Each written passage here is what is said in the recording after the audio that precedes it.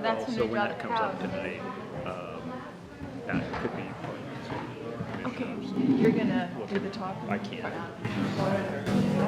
process.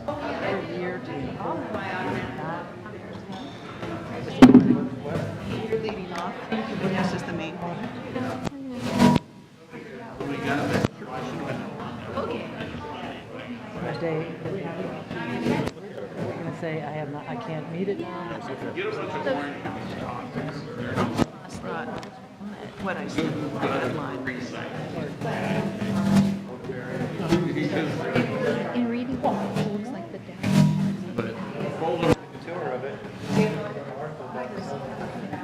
Oh, the fair, that's this is, Well, what I'm say to working on it, but I'm not really being kept in the loop. I think we should. I don't know what it would take. I mean, they can tell me, they can tell me the changes. I can do the first reading. Maybe do it for a couple That's of fine. and just but we can be, either way, we gotta start the process of changes, so we can pull it off and start the reading process. Or they can go ahead with it all. And there are then people. say what changes they've done and back again and just have to read it the second Oh, no, time. it's going forward. They'll do the first reading. But maybe they can go somewhere and read it. It's just Libraries. the ordinance and then, We could talk about Right, it. okay, tonight's the first. yeah. So, yeah, if we're gonna change it after the first reading, you gotta start the whole process over again. Yeah, exactly. So my point is gonna do that after the first Acknowledgement. changes, start the process. Or you can just pull it, start the process, so you Yeah, don't have to you do can do both. either, whichever you want. Absolutely. Sorry. Sorry, sign this one. We're talking the same language. What, oh, I have a pen. You gave me those. This is the AOC miles and then your breakfast and dinner that you turned in. You did turn in though. It's fine. Okay. I'll just, Well, you wait, where do I sign? Yeah, employee, you're Yeah, right. we actually bet on that, but I'm starting to think that right now. Evidence of that? How are you? How's your? No, it's from.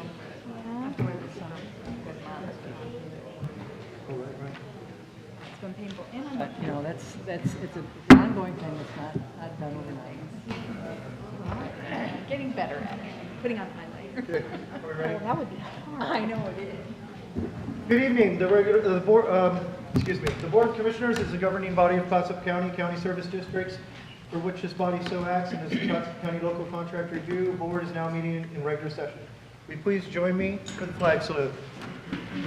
I pledge allegiance Of the United States of America, and to the republic for which it stands, one nation, under God, indivisible, with liberty and justice for all.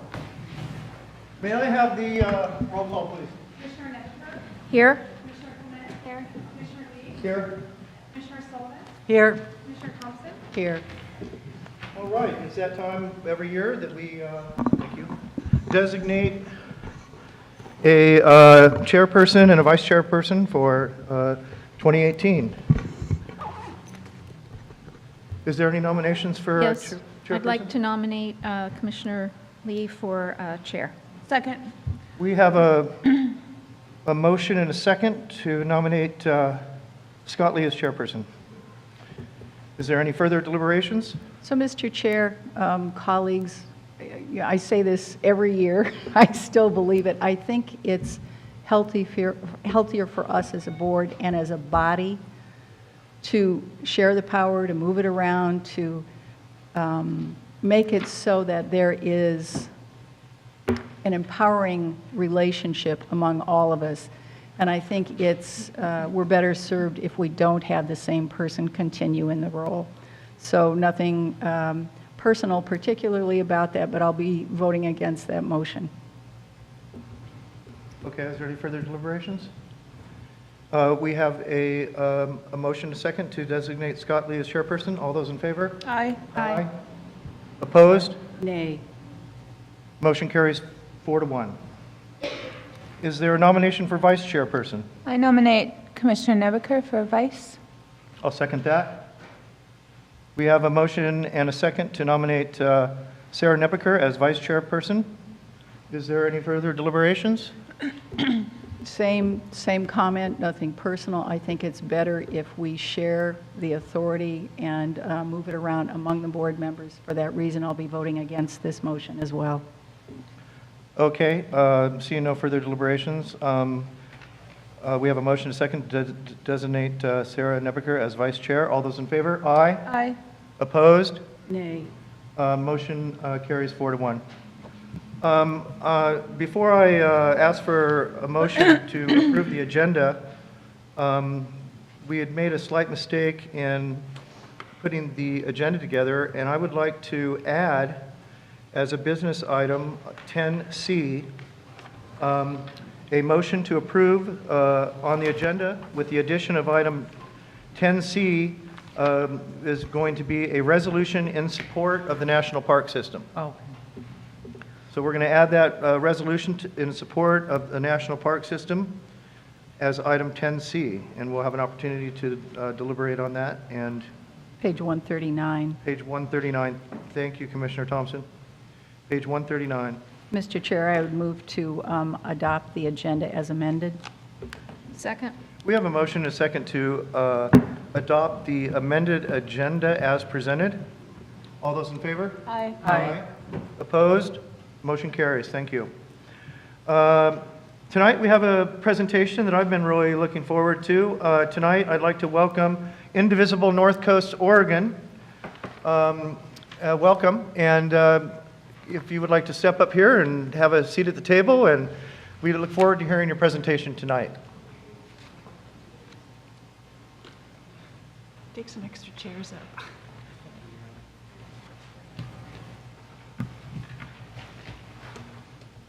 So after some just brief introduction for the record, and welcome. I'll just introduce myself and then let them introduce themselves. My name is Melissa Ousley. I am an advisor at Clatsop Community College.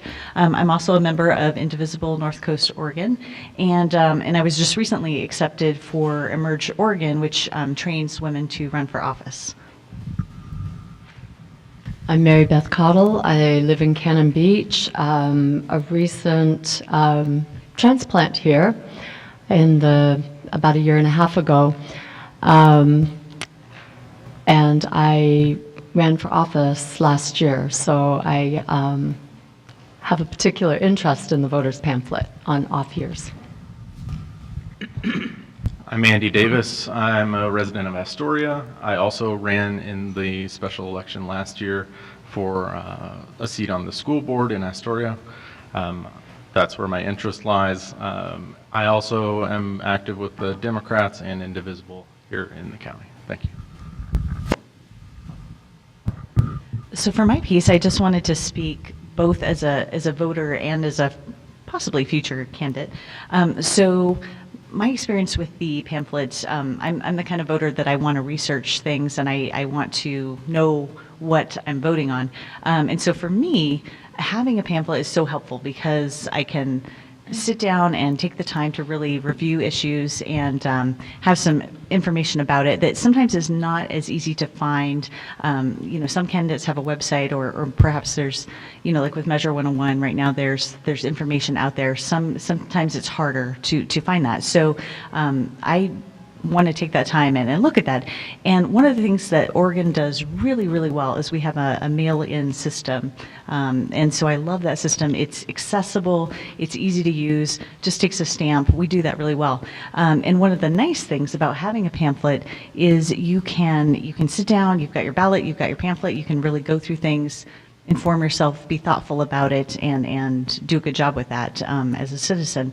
And one of the other things that's nice about it is it allows us to, there's a photo of the candidate, there's their background, what they stand for, who's endorsing them, for the measures we have the for and against. So great information that's so helpful. When we had our election last year on the odd year, it was much harder to find information. Indivisible did do some research, and we presented that information to people, but it was harder. And so thinking of myself as a voter, I take that extra step to try to find out information. Not everybody does. Obviously, it's hard. If people don't know what they're going to vote on or are not familiar with the candidate, they might just skip that particular question on the ballot, or they might not vote at all. And obviously, we want people to vote. That's part of our democracy. So that's that thought that I have. And then, you know, as a future candidate, I want people to know about myself. I am a savvy person, a professional person. I've made websites before. I've, you know, reached out to people in various positions, volunteering, professional life, and so I feel very comfortable talking to people. But again, it's much easier to get the word out in a broader way with people that I wouldn't be able to go door to door to necessarily to have the pamphlet. So it's a really wonderful way to get the word out, and so I appreciate having it. Mary Beth Cottle. When I was running for Clatsop Community College Board, I went to the state website, I looked at what I needed to do, and I thought that I would have to create a statement for the voter pamphlet. I was used to getting a voter pamphlet for every election, and then I was told, oh, no, we don't do that here in Clatsop County on off years, and I thought, oh, okay. As I was campaigning, canvassing door to door, people kept saying to me, oh yeah, I got my ballot, but I'm waiting for the pamphlet because I don't know anything about the issues and the candidates. I can't vote until I get my pamphlet. And I said, well, then you're not going to vote. So ask me questions. I'll talk to you. It was remarkable how many people were expecting the voter pamphlet, and they live here. I mean, I know I was new, so I didn't know that it didn't come every year. But neither do the people who have lived here for a long time seem to know that it doesn't come on the off years. And they were waiting to find out about the people and the issues. So what that looks like in our statistics, I just went to the county website, is on the odd years, you get about half as much participation, voter participation, as on the even years. So in 2011, 49.5, 2012, 83%, 2013, 32%, 2014, 71%. It doesn't take long before you see the pattern emerge. People are not voting because they just don't seem to know what the who the candidates are, what the issues are, what they stand for. You know, the information is not readily available.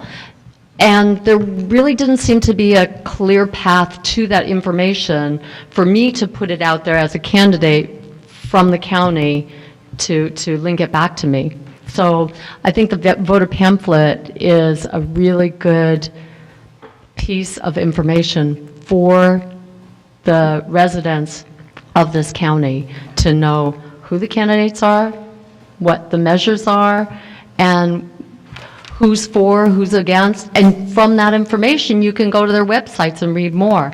Without that, you're floundering on Google and trying to figure something out. Commissioners, thank you for your time. Leanne, thank you for the cough drop, and staff, thank you for your time. I think I don't want to go over the same points as the other two presenters. I think I had some similar experience going door to door and meeting with people who were confused about who was up for election and wanted to know from me about even other candidates because, you know, obviously I could talk about my race, but they wanted to know about the port as well because that's a obvious and large, important office for the county. And I think part of not funding the voter pamphlet in those years is making some sort of statement about the importance we put on the school boards and on the Port Commission. And those are boards with millions of dollars in their budget that have a huge impact on the county, and for us to downplay the importance of those elections. And I'm interested to hear the presentation from the clerk and to see what the other side of the argument is here. But to think that something like $20,000 isn't something we can find in our budget for races that are as important as the port and the school boards just seems like folly to me. So I appreciate your time. Thank you. I look forward to this presentation. All right, thank you. Thank you for coming tonight. And also, I want to thank both of you for running for office. You're I welcome. think that's very important. Thank you. All right, this is a time for business from the public. This is an opportunity for anyone to give a 3-minute presentation on any item on the agenda, except the public hearings. I don't see that we have any comments on the public hearing. Or any topic of county concern that is not on the agenda. People wishing to speak during business from the public must fill and sign out a public comment sign-in card. The cards are over there. If anybody needs to, at the last minute, to fill one out. I have 4 guests tonight, and our first guest is Tiffany Mitchell. Come on up and state your name and address for the record. Good evening. Hello. My name is Tiffany Mitchell. I reside at 445 Pleasant Avenue here in Astoria, Oregon. I just wanted to add my little 2 cents into this discussion about the voter pamphlet. I want people to know that I understand that there's this idea of fiscal responsibility to the county and taxpayers, but I also think that there's a duty that the county has to make sure that their voters are informed. I think that's the responsibility of this board. As a government body, you have to make sure your electorate is informed so that they can make a good decision about who they want running this city.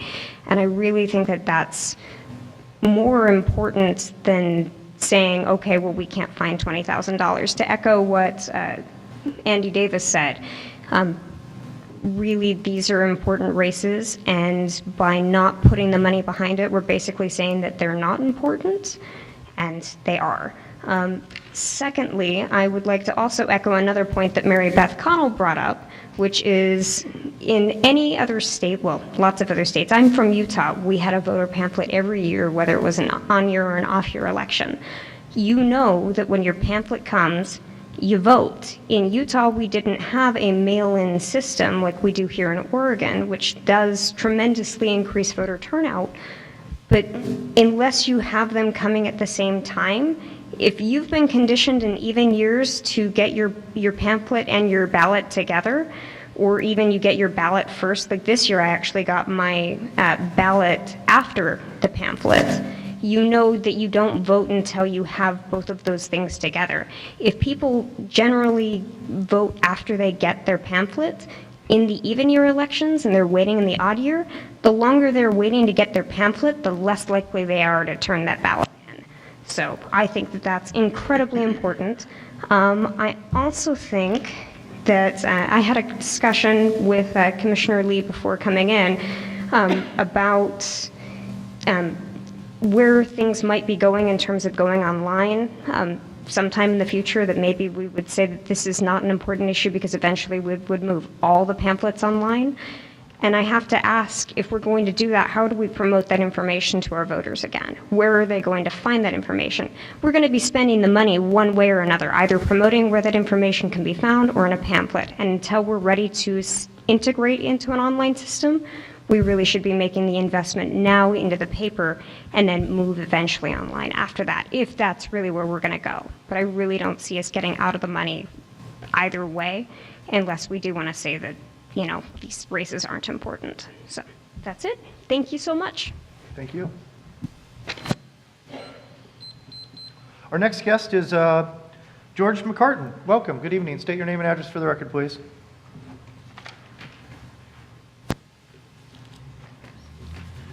Good evening, Mr. Chairman, Commissioner. My name is George McCartan. I live at 490 Franklin Avenue in Astoria, and I don't want to repeat what these marvelous predecessors have done, but I'll tell you a story. Many years ago,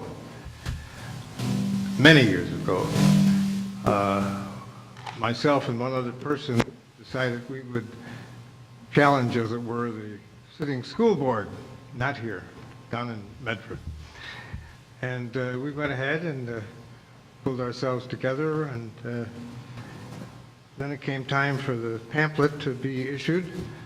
Well, it was the only, school board election was the only thing. I don't think there was anything else.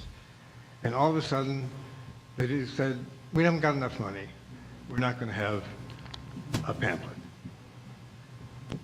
They did a few other things that were even more atrocious, but the point here is, I think the good people of Clatsop County deserve full information. They deserve transparency with respect to the candidates, with respect to every election.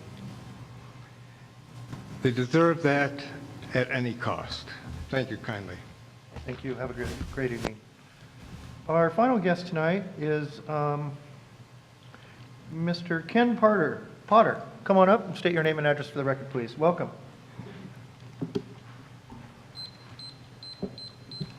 Thank you, Commissioners. My name is Ken Potter. I live on Ross Lane in Cannon Beach. And I just wanted to add one small item. In canvassing for the past election, to every person, I would say that no one had any understanding of why they did not receive a voter pamphlet, and that they all felt that it was some sort of mistake. Thank you. Thank you. There's somebody who says that. Oh. That's exactly right. We have one more guest, and I know Lori Kaplan quite well, and I can't believe I missed you. I crossed you off the list, not intentionally. Come on up, Lori. I was trying to sneak one through there. Welcome. Good evening. Thank you. Thank you all for serving. It's hard work. And maybe that's a good intro to what I wanted to say, because it is hard work. And so obviously all of us from Visible know how important these jobs are, and that's why we started our Vote the Future website last year, where we posted information about some of the candidates that were aligned with our goals. And we'll do that again this year. And the problem with that is not everyone has access to a computer. And so even an online voter pamphlet from the county is still not going to reach everybody. And the thing that is clear across the country and across generations is that voting is a habit. And if you vote in one election and then the next election and then the next election, it's likely that you'll continue to vote. And Clatsop County voters are pretty good when they know there's an election. And so to echo what everyone else was saying, by investing whatever a voter pamphlet costs, we're investing in Clatsop County's future. Not just for a specific election, but we are also training voters. We're keeping them in the habit of voting. We're letting kids see their parents study a voter pamphlet and vote. So maybe they're going to get the voting bug too, hopefully. The last 2017 election, I must have had 10 or 12 people calling me, asking me to tell them how to vote. And happily, I'm a good guy, so I told them all the right people to vote for. But it was literally going down the ballot, telling people how to vote because they had no clue. And unless you caught every single issue of the Daily Astorian last year, you didn't know very much about even the major elections, and they did not cover all the other elections. So there's this gap of information, and there are people in this country and around the world who actually would like to have uninformed voters. That's so dangerous. We can't afford that, and that's not the Clatsop County way. So I really encourage you to find this money. It's an essential. It should be a priority to have this voters booklet. So I think that's it. Thank you very much. That concludes our business from the public. And now I'd look for a motion to, for the consent calendar as presented. Mr. Chair, I move that we adopt the items in the consent calendar as presented. We have a motion and a second to adopt the consent calendar as presented. All those in favor? Aye. Aye. Opposed? Motion carries unanimously. And now the moment we've all been waiting for is the discussion on the voters pamphlet. Yeah. And tonight we're going to have Tracy Kravenko? Yeah. Our county clerk. And she's put together a nice presentation for us. And welcome. And just, if I could, a couple of quick introductory comments.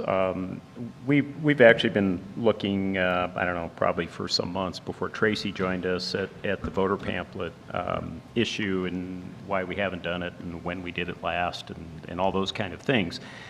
So I think Tracy has a good presentation about that. She is a new county clerk. I just wanted to mention that you've got about 25 years in Oregon's election work before she came here. So Tracy's someone with a long history with Oregon elections. So go ahead. Right. Thank you, Commissioner. I'm going to speak to you today about the matter of the odd numbered Microphone a years. little closer to you, Tracy. There you go. About the odd numbered years May elections. So it's a special district election every other year that we're not having the primary general. So we're going to go over a little bit of history here. So on this, you can see that we only produced 8 voters pamphlets from the years 88 to 2000. And 6 were for general elections and 1 was for a primary election. And 1 for an odd special election, odd year special election. The first column shows the years that we did not produce any voters pamphlets as a county. The second column are the voters pamphlets that we produced and were mailed to each residential address. The second shows the dates that the candidates had to file with the Secretary of State in order to be in the pamphlet. The statement filing with state only was before. That's when the commissioners were going during a different time, not when they do now. They had some changes in your charter of when they went up to election. The third column shows the dates and elections that Clatsop County produced a voters pamphlet, but it was inserted into the states. So of course the primary and generals. That way we can share mailing expense with the state. We get a discount that way when it's just that way. The pink line in 1999, the special district, that was the only voters pamphlet that Clatsop County produced for a special district election. And it was not produced for any future special district election because of lack of participation. So some of the history. I'm sorry, can I just hold you up for a minute? Lack of participation, does that mean the rate of voter turnout was low? No, lack of participation of candidates filing. Thank you, that's clear. So to continue on some history, county ordinance was repealed in 1995 because there was no ordinance or policy on voters pamphlets. We decided that the Oregon laws were sufficient. At that time, the state of Oregon had developed good voter pamphlet laws, and we were going to follow them. In 2000, the county adopted a policy 1111 giving direction to the elections division regarding voters pamphlets, which included the November general election and the March special district elections only. Back in 2000, the special districts ran in March and prior. In January of 2001, the county requests to the commissioner board to make an exception in producing the March 13th, 2001 special district voters pamphlet. And the reason for that was there was very little interest. Only 2 candidates filed for a voters pamphlet, so the cost did not seem beneficial, and we actually refunded the filing fees to those 2 candidates.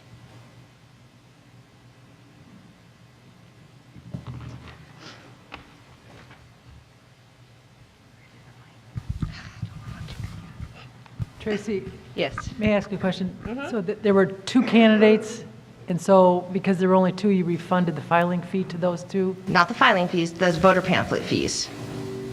They were still on the Were there only ballot. two elections, only two openings being voted on? No, only 2 candidates filed to be in the voters pamphlet out of all of the special districts. How many would have been in that election? I have it on another slide. Okay, all right.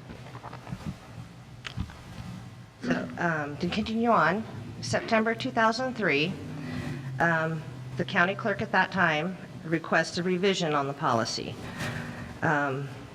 The changes have been made in the county charter, moving the commissioners nominating election to the May primary, and state law also moved the special district election from March to May of odd-numbered years. And then in 2014, with the adoption of Ordinance 11-14 Administrative Code, the policy 11 was eliminated, which had to do with the voters pamphlet. So an ORS states, the county clerk of any county may prepare, print, and distribute a county voters pamphlet for any election. So the ORS gives us the ability to provide a voters pamphlet if we so choose as a county. So during a special district, they have regulated fees. They're set by ORS. So the candidate filing fee to be on the ballot is $10. Doesn't matter if you're running for school board or if you're running for port. The voter pamphlet filing fee would be $25, and that is an optional fee, optional filing. They don't have to file for voters pamphlet. If they do not pay that fee, if we go forward and they do not pay that fee, none of their information, not even their name, will be in the voters pamphlet. Only those that pay the fee will. We do post all of our candidate filings on our website as they are filed. So that has all their contact information and anything they provided for required information. Is there, if they have so many, instead of paying money, can't some of the candidates get a number of signatures and that waives the fee? Yes, they can for the state pamphlet. The county would have to adopt that portion also. Okay. And be willing to accept that. With $25, figure I haven't had that happen in Washington County. That's where I came from. Everybody just paid the $25. But not everybody. The people who wanted to be in the pamphlet paid it. Were you formerly the election clerk for Washington County? I was election supervisor for Washington County, not the clerk. So here's some statistics for candidate filings. This was put together by the prior clerk, Valerie, and I found it very useful. So it shows the number of districts and positions that were open, filed, and contested for special districts for the last 10 years. Each district has 1 to 4 positions open at any given special election. Contested races are when more than one person applies for the position. When it says no contested races are when only one person has filed for any given position, and no candidate filed are exactly that, no candidate filed for the open positions. So for example, we can look at just 2017. There's 122 open positions. 9 of the districts had contested races. Of the positions, 17 had contested. And then districts with no contested races at all was 26. And then no candidates filed, you've got 14 or 25 positions with no candidates.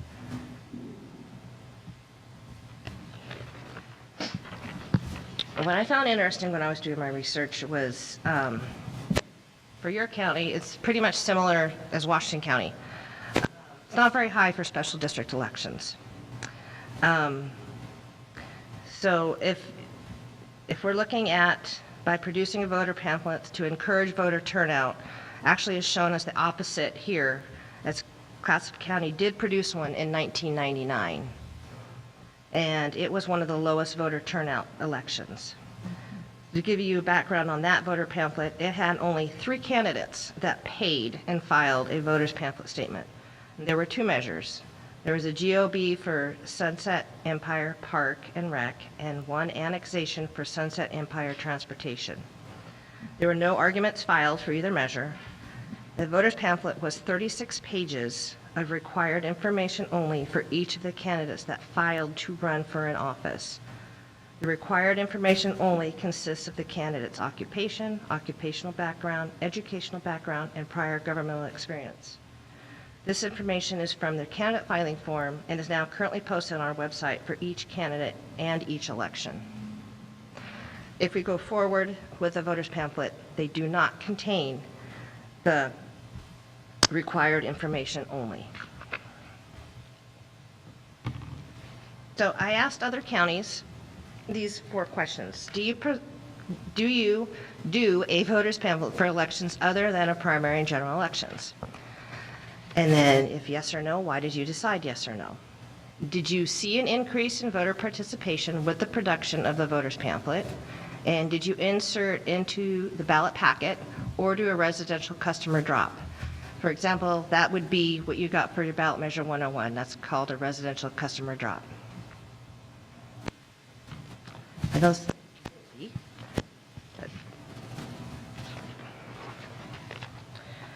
So this is sorted by voter registration counts.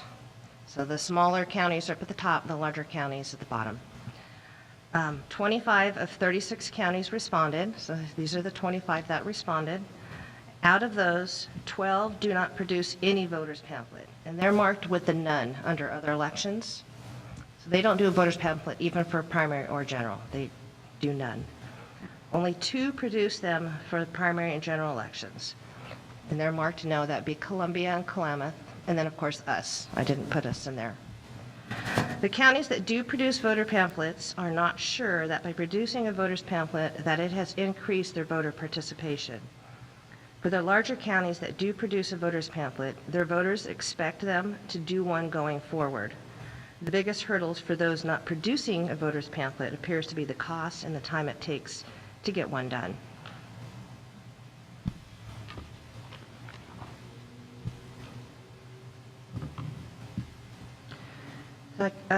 Special districts will need to budget for an increase in election expenses. They currently only need to budget for the election expense of mailing a ballot, having their, and the postage for that, and producing the election.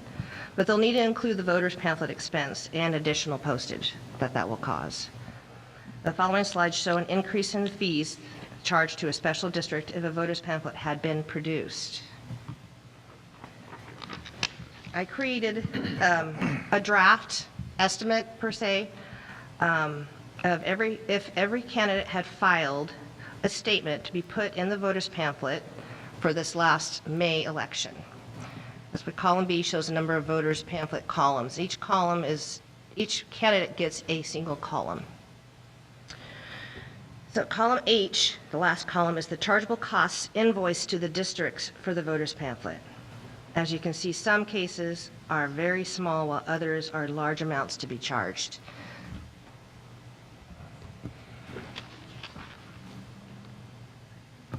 This is continuation of the first slide because there was a lot of districts running with your special districts.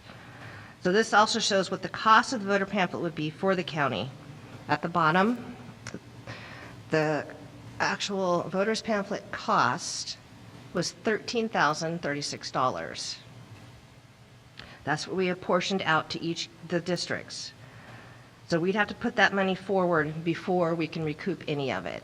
And then we would be recouping on a special district all of the money that we spent on a voters pamphlet except for indirect costs of staff time, because the paper, the postage, the layout is all charged to the districts. Now this slide shows only the races that were contested. If we had only had the contested candidates file in a voters pamphlet, the pamphlet would have been much smaller, 37 columns.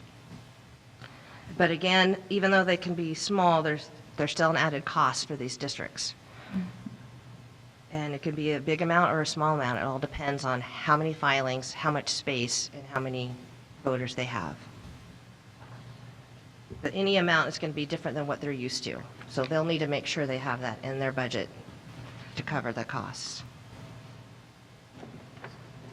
So this last one is an actual worksheet, which we do for the primary and general. And this was the last general election, November 2016, because we do produce a voter's pamphlet at that time. Even though it is inserted into the state voter's pamphlet, there's still chargeable costs. So in May and November of the even-numbered years, the county picks up the expenses for the cities.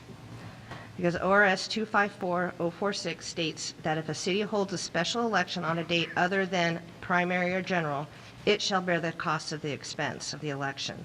Since this is for a general, the county ends up picking up the cost for the cities, which in this case was $1,883.44 plus the county expense of the $665.14.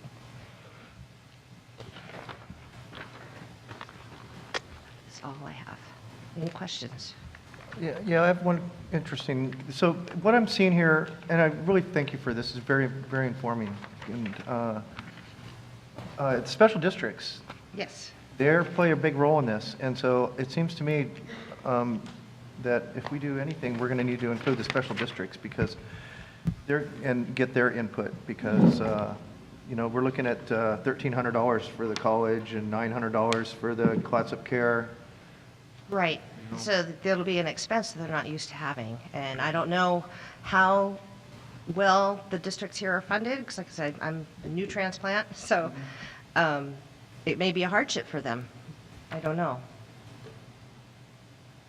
What's interesting? Well, Commissioner? Thank you. You really, I have to tell you, you just at the end, that last chart kind of exceeded my capacity to absorb and apply Sorry. numbers. But no, I'm grateful for these. I'm grateful to my friends and neighbors who are looking to cultivate an involved and informed electorate. I mean, that's what we're talking about, because if we have an involved and informed electorate, then from that seedbed there arise candidates who know and love their communities and are capable, and that really is how democracy flourishes. So given that and the cost of doing nothing, which really would tend to promote ignorance and apathy in my mind. I mean, I think the data show that. I'm not altogether certain because I'm not a statistician, but it looks like that to me, and that's what my friends tell me. Then the question arises, who pays the cost? Because the real cost of everything's always paid by somebody. And I'm thinking about the Elsie Vine Maple Fire Department and, you know, doing a raffle and getting donations so that they can afford to do their community service. And so how do we support democracy? When we look at our budgeting process, we've talked about, do we want to support private nonprofits? Well, for me, it's more important that we have a voter's pamphlet to inform, to advise. What we have, if we, I heard reliability increases informed voter participation in the democratic process. I heard that it's the cost of transparency. I heard that we're investing in the future. We're developing good habits of voting. I mean, I think all those things are true. Are we obliged to charge this to the special districts? Do we have to offload that cost? We're obliged to do that. It's ORS, yes. It's ORS. So the state statute requires us to do that. Yes. Is there any creative activity that somebody can think of to help? I mean, I'm looking at Lori Kaplan because when I talk about creative endeavors, to help those districts offset that, because money's very tight.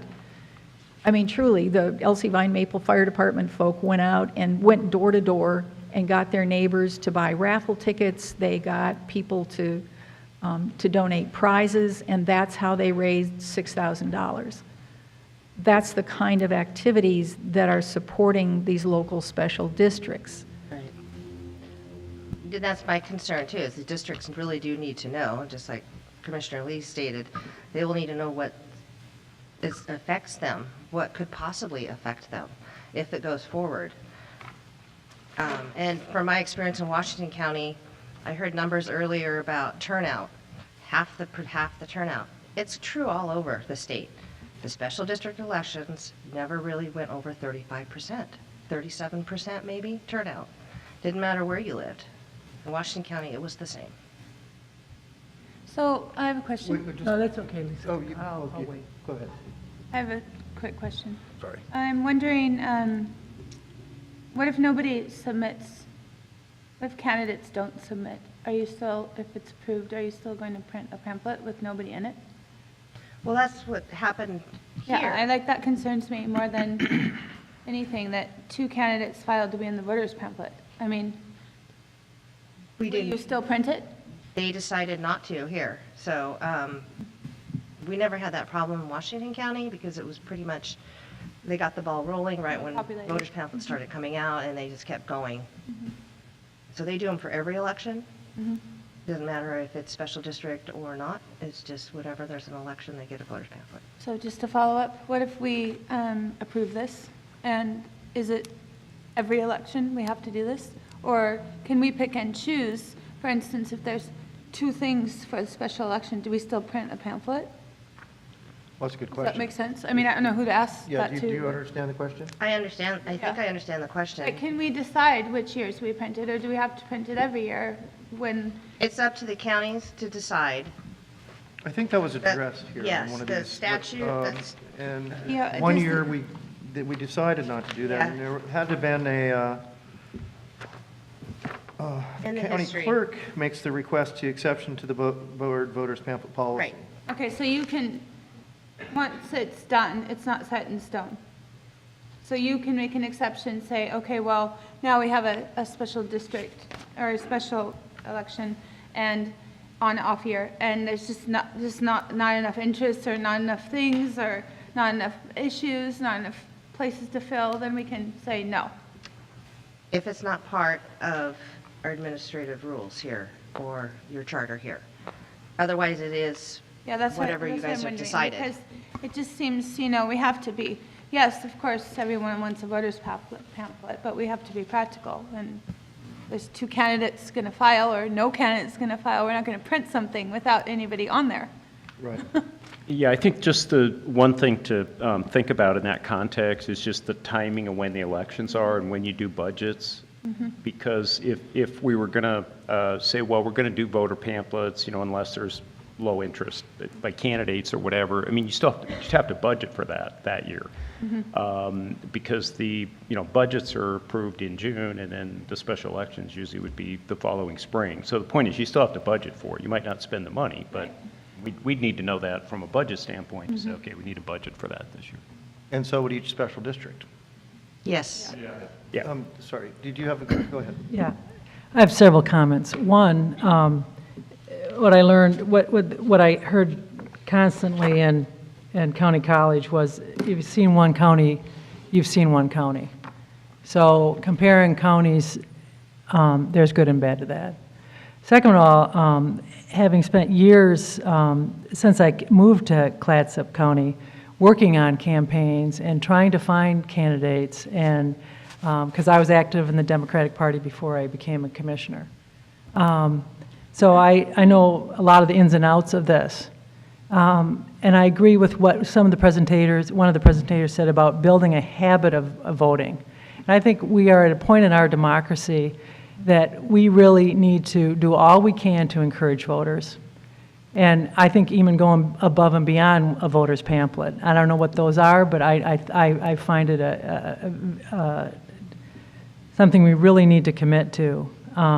It seems to me these prices on these special districts, it seems proportional to, like the Port pays more than the Elsie Fire District. Because there's more of a voter Because- registration. And they also have a bigger budget. So the other thing is when I worked on campaigns and tried to find out information about special districts, a lot of them didn't have web pages. Some of them you couldn't find lists of who was currently on, how long they'd been on, when their expiration was going on. I mean, there's a lot of transparency issues here that I would like to see us address as a county also. I'd like to get up front and center. Who serves when they came on and when they left. Now, some people, and you're new to this, so this is not fall on you. But I think it's an issue, and I think if someone's been on in a position for 47 years, by golly, that's an incredible thing. Let's give them credit for it, and let's acknowledge that. But if they are 6 months, it's about planning, it's about capacity building, and rather than saying, if we don't have enough people, we're not going to have a voters pamphlet, why don't we change the ordinance that you can't apply for an office unless you submit your information for a voters pamphlet? I mean, and one of the realities of our community is not everybody in this county is affluent, not everybody is fluent in the computers, and so I support getting things online. I think that's very important in many different directions in the county. And so I think we should continue to move ahead with that. But I think we have to continue to put out a paper ballot. And I worked on campaigns, and I was surprised. It's like, I'm looking for my voters pamphlet. Oh, we don't do that? Well, I think we should do that. And I think we should do all we can to encourage candidates to submit to the voters pamphlet. And even if we make that a requirement. But I will tell you, it is very difficult to get candidates. This county is run on volunteers, and I think we need to do all we can to, for instance, rural fire districts. If they don't have people sitting on their board, then when grants come along for them to get some new fire equipment, they don't have the capacity to get that for their district. And that's a problem, and it's a problem for the people that live in that district. So how do we educate people to go forward and to give their public service? Part of that is with the low wages that are paid in this county. People are working 1 or 2 jobs, sometimes 3 jobs, and so their capacity to be in public office is limited. But I think that we need to think about that. We are a body that is run on citizen taxpayer dollars, and it should be part of our value system to increase citizen participation in their government and also to vote. And I think we should do everything within our power to do that. And so I vote to do this voters pamphlet. I have a question. So if it's Oregon statute, can we require that? No, absolutely not. That's what I thought. Well, I think the problem that we have, when we have 50% of the people on a national basis don't vote, we need to start thinking outside the box. How do we get people to voter ballots? How do we get people engaged in their community? I mean, that's a critical question that we all have to answer nationwide to continue building our democracy. I mean, this is an experiment that the planet hasn't seen before, and I don't want to lose it. I've heard from several constituents, received actually several phone calls, and talked to people on the street and in casual conversation. I haven't heard anyone say we shouldn't have a voters pamphlet. But looking at the data, it's very interesting. I would like to think that we have a more engaged electorate now. People are more fired up based on what's been going on, and perhaps going forward we would see that there is a difference. There's no way to know because we can't see the future. I'd like to give it a try. I feel concerned about the special districts,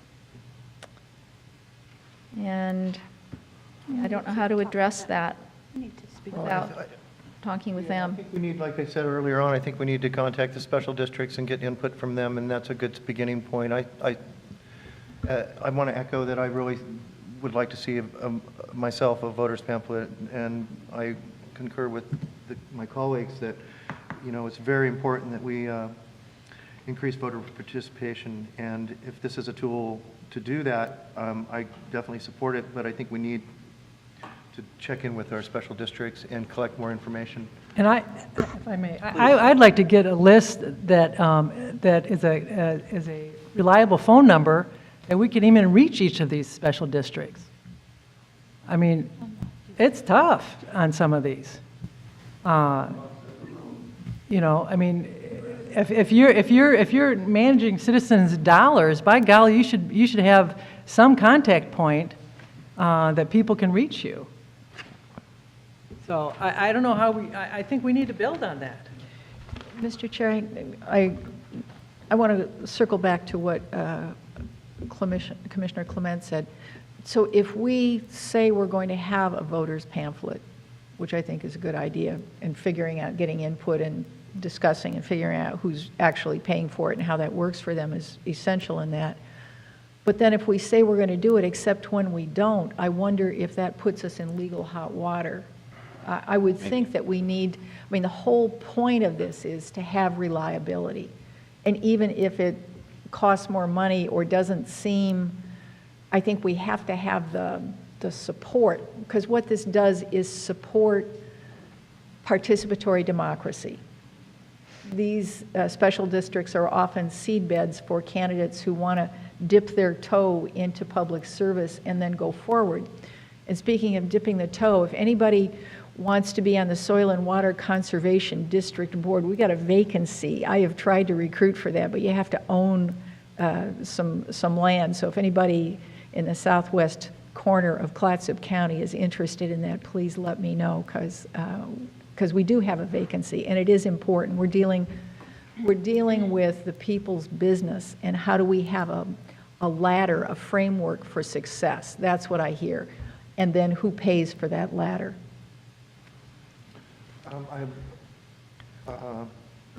Can the voter's pamphlet be inserted, can it be inserted into the ballot? It can, if it's, well, your special district election would probably end up being, hopefully, too big, and it would do a postal drop like this Measure 101 did. But if you decide to do all elections, like it was just, like this last election you guys had in November, where you had the two cities, that would be inserted into the voter's pamphlet and also give opportunity for people to file arguments for or against. So, Mr. Chair, please. I just think it's important to get this in part of the discussion. You know, we've sort of had a lot of discussion about cost and who pays and that type of thing. And this was mentioned in the presentation, but I also think it's an important point, not for people to gloss over. The information that's in a voter's pamphlet is what the candidate gives you. So, you know, there isn't like an independent analysis of the candidate or their positions or, you know, who's endorsed, who hasn't endorsed, you know, those kind of things. It's basically information taken from the candidate filing form. So, you know, I also think that part of it's important too, because I agree with everything everybody said, and I've spent over 5 decades now trying to get people more involved and increase voter participation, and I'm going to say apparently I'm not very good at it because the last 5 decades have not been very good. But it's also important, aside from the cost, to understand what information the voter pamphlet actually conveys. So. Interesting. Right. Okay. Thank you very much. Did you have another comment? And so that brings up another point, that that's not really the county's issue or position to make people write things. Right. So that would take much greater public involvement and in different organizations, whether it's the Clatsop County Democratic Party or if it's this group that spoke to us. They would be on you, on the public, to make sure that this happens. So if we were to do it, that's the only way this information is going to get out there. But we would put their filing forms still on the website. So they would still go up there and they would still have the contact information and your required information. And then the other issue I find is not all candidates will file for voter's pamphlet. Right. So That's you may what have 2 or 3 people running for office and only one name in the voter's pamphlet for that spot. That's what I'm talking even about. more confusing. That's what I'm talking about. And then even if you do produce a pamphlet, the electorate still isn't any more well informed. Right. Well, another option possibly might be, is I know that the Democratic Party has, and that's my affiliation, so that's my experience that I can speak from, where what we do to try to get people involved in their community. But it can be more neutral than that, because there are partisan times, but there's no reason why we couldn't have periodic workshops to go out into the community and encourage them. This is what you have to do. These are the forms you have to fill out. This is the information that would be important for you to put into a voter's pamphlet. I think some of these candidates that are not submitting to the voter's pamphlet may just not have the information of how important it is, because there's a whole system to getting people in, you know, going to the elections office, finding out what the forms are, finding out how much it costs. I mean, we can make this very user-friendly and do it in a way that it will encourage more people, and particularly young people. You know, there's a lot of young people that would like to do, may have the time to do it, but don't know how to do it. So how can we as a county reach out to them in a neutral way to say, hey, become part of this. You're part of it already. Let's hear your voice. You know, get involved. And I think that that's well worth. I think we can find the money in our budget. We have a very large, very generous budget. I think we can find the money to invest in democracy. And if I could just add to that, perhaps to keep it nonpartisan, apolitical. Yeah, just, I'm not done yet. The League of Women Voters, the American Association of University Women. I mean, the groups in the community that really believe in voter participation, in participatory democracy. If there's some way that we can reach out to them as well, I think we'd be advised. I know I have friends in Indivisible, and yes, I called right before the meeting, yes, just to, so Ann Fontaine isn't here except in my heart, or maybe yours. But what we're looking at is people who love this place and who want to see it governed from the heart, from the grassroots, and that's worth supporting in every way possible. So let's go forward with that intention. I mean, Mr. Chair, don't you think you hear a consensus on that? The consensus for what? For moving forward to see how we can strengthen this and make it broader. Yeah, absolutely. I think by consensus, I think what we can ask staff is that we need to reach out to the special districts and find out what, like the Port of Astoria, I'd be really curious to see what the school district and the Port of Astoria says.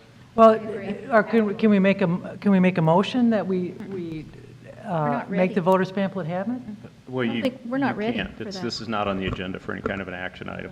Okay, so. This is just a I'm discussion. not comfortable and doing presentation. anything until I hear from the stakeholders, the I'm various. just asking for information. I'm not, Yeah. I'm just trying to find out what the procedure is. I think we all want it, but we want to make sure that everybody's well-informed and do it in the right way.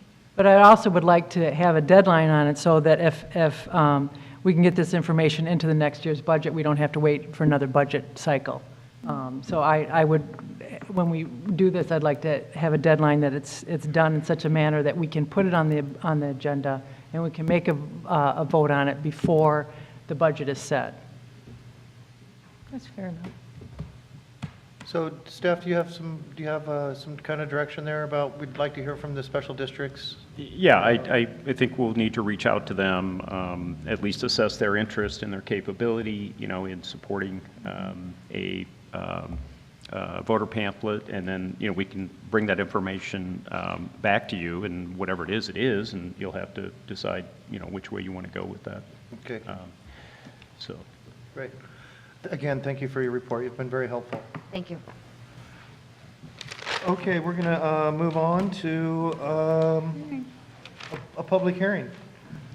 And this is a public hearing. This is time set for public hearing on ordinance 18-01 regulating short-term rentals. May we have the staff report? Yeah, I can just give, this is not a new topic, so I'll give a brief staff report, but this is something obviously we've been talking about for quite some time. One of the things, I think we're all aware that there's a proliferation of short-term rentals in the county, and that our focus, from the county standpoint at least, has sort of been on health and safety as opposed to trying to, limit the number. So that has been our focus. We've had one or maybe two work sessions on this. This might be the second or third version of a draft ordinance that we put in front of you. One thing I just want to mention is that I've heard a couple of commissioners mention they might have some further changes they would like to make in this. So I think from a process standpoint, you have a couple of options. You could have the first reading of the ordinance tonight, but then if changes are made subsequent to tonight, we sort of have to start that process over. Or after discussion, you may choose to simply table it tonight, and we can make additional changes if that's the will of the majority, and then start the process at a future date. So just keep that in mind as you have your discussion. Okay, thank you for that. So what we have before us is the short-term rental. And Commissioner Nebaker brought up a couple concerns that she has with the way it's put together right now, and specifically that is the parking. Right, because I'm looking at Arch Cape, and I'm looking at, there are existing short-term rentals that they have no space on their land, because these are older buildings, to put any off-street parking. So this is saying one size fits all, and I don't know how to remedy that, but I can't support forcing people to take off part of their buildings in order to have off-street parking. Some of these older buildings are built almost up to the street, and I don't know how to fix that, but I'm concerned. So this is item S, page 104 of the ordinance, and there shall be at least one off-street parking space available for each approved sleeping area in the short-term rental, plus one additional parking space. Commissioner, remember that Arch Cape is an exception, and in Section 5, inconsistent provisions, the... I'm sorry, could you tell me what page number? 100. Oh, shoot, 100. I'm sorry. Oh. It'd be on page... Page 100, believe me, I know. Page 100. Mine's not numbered. But the section on the first page in the Section 5, the inconsistent provisions, says that in Arch Cape, the Arch Cape Rural Community Overlay District rules prevail at this point, because Arch Cape already has a short-term rental ordinance. So they don't require off-street parking, I guess.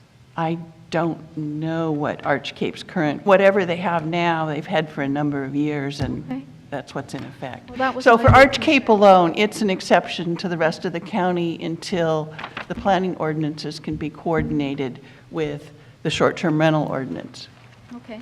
So- And this is assuming that all other properties in the on the county lands, even if they're older buildings, that have become short-term rentals, have the land capacity to... That would be correct. That's assuming that, and we don't know that. One of the, Commissioner, I hear your concern because you don't want to unfairly limit someone's. So I have, you heard me talk about, I have neighbors who are very active in the short-term rental business. And what they did was seek from another neighbor permission to use their driveway to park. So I think if we are willing to be flexible and cooperate in that way, I think it's essential that we have adequate parking, because what happens if there's no rule, number one, people say, there's no rule, I don't have to, you can't make me. And believe me, I know that as well.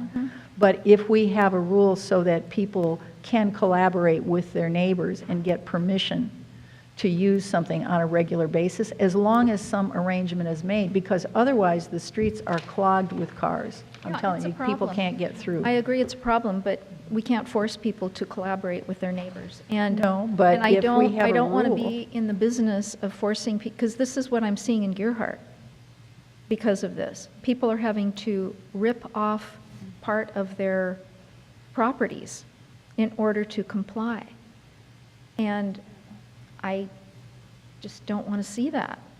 What do you mean rip off part of their properties? I'm not understanding that. Some of these old buildings were not built with setbacks because there were no setbacks requirement. And so they built close to the property line. And if you require off-street parking, and they weren't built with driveways, some of these buildings were built before people had much in the way of cars, so they're having to make big changes. Or just not being short-term rentals. Right, but they have bought their properties and have a mortgage for their family home as a vacation home. They live elsewhere. These are not necessarily wealthy people. And they, Their second home. it's their second home, and in order to keep it, they rent it out part-time. So, like I said, I don't think it's one size fits all. It's problematic. But the public, I mean, because I hear that, because people long to have a place at the beach. I mean, they long to, and they want to do whatever it takes for that to happen, and I really, I understand that. On the other hand, we have public safety issues, because if we have cars parked in the street and people can't get to it in case of fire or flood or earthquake or that sort of thing. No, I'm saying people need to be able to use the streets. Well, we There's do a use the public streets. Just a second. There's a public safety issue here, and people's right to own property doesn't supersede public safety, in my mind. That's just for me. I have an old house. I have no off-street parking. There's no way I could have off-street parking. It doesn't, there's no place for it. And the entire street, there's maybe 3 houses that have off-street parking, and they're newer. So this is my experience. No one is saying because I live there and if I have, 5 people in my family that I can't park on the street. No one's telling me that, and it's not a safety issue. So this is what I'm questioning. It's not a safety issue if I live there full-time, but it's a safety issue if it's a short-term rental. Well, but 78% of the voters in Gearhart said they wanted to have regulation of short-term rentals. I mean, Regulation is one thing, and having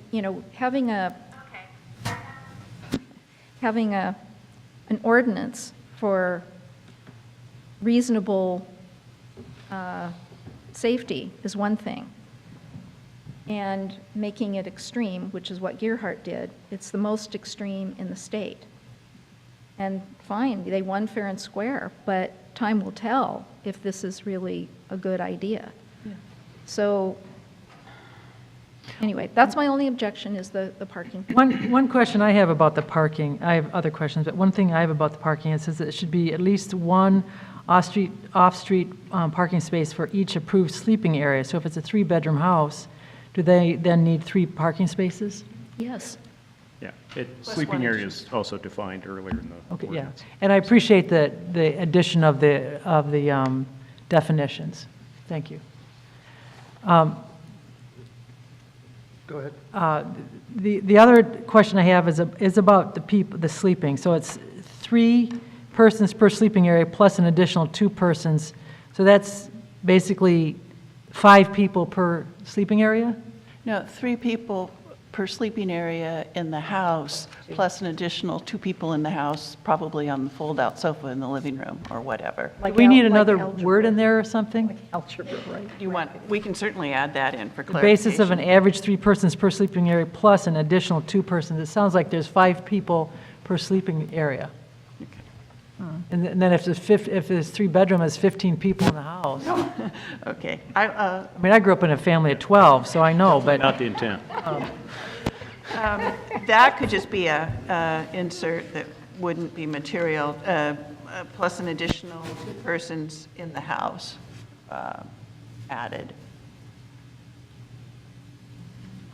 But it is per sleeping area, so larger areas could have many more people in the home, correct? Yeah. Okay. 4 bedrooms, 12 people. Based on how many sleeping areas they have.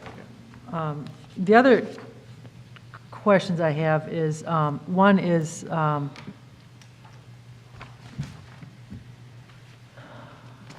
that, about the complaints. Because I know there's a time of quiet time. I have no problem at all with quiet times. I have no problem at all with the safety features that are in here. But and I'm not saying I have a problem, I just have a question. If there are complaints and they have to get inspected, do they get inspected? Like if they have noise complaints over and over and over again, is that something that that the county they could lose their permit over? It would be, if it was proven to be a violation of county ordinance, and the county does have noise ordinances, then they're in violation, yeah. They would lose So it. if a neighborhood has a home that is abusing its privilege, they have recourse in possibly revoking their permit? Yeah, I mean, obviously, they'd need to let the county know, because the county folks aren't out at the site when the noise is being made, probably, but, Probably not. yeah. So on the appeal, it says, except in cases of emergency revocation. So during the process of them saying if they're going to lose their permit or not, while it is going through the process, the people can continue with their house unless it's an emergency. Can you help me with that a little bit? Usually, goes back to the building official if it's a life safety concern. If you have, for instance, a septic tank that's overflowing waste into a river or into the yard next door. Or if it's a fire hazard or? Yeah, or. They're shut down then? Yeah. Okay. You know, Until it's hot wired improved. the electricity, which we had a Verbo that had done, then, you know, they need to be shut down immediately for life safety. Because I think I can't agree strongly enough that we have some responsibility in trying to make the situation as safe as we can. By codes. I mean, there's a reason why we have codes. Let me see. Does it? Let me know when you're done. Go ahead. I'm still looking through my. I'm sorry. I referred to you. I was just going to make one comment. So basically, it's important to remember that it's just not cities already have their own thing, and Right. we're just doing it unincorporated. And I think that most of the issues with the parking spaces are in the smaller, more concentrated, older cities. Don't know. Yeah. Because most of the rest of it's, you know, out and not Arch Cape. Don't know. We don't really know what those 150 homes outside the city limits is registered with the county assessor for payment and transient room tax. I'd be curious to know how many of those 150 homes don't have the parking. It'd be interesting. I think I agree with you, Commissioner Thompson, that it's a safety issue, that we need to have this, you know, and not have cars all over the street.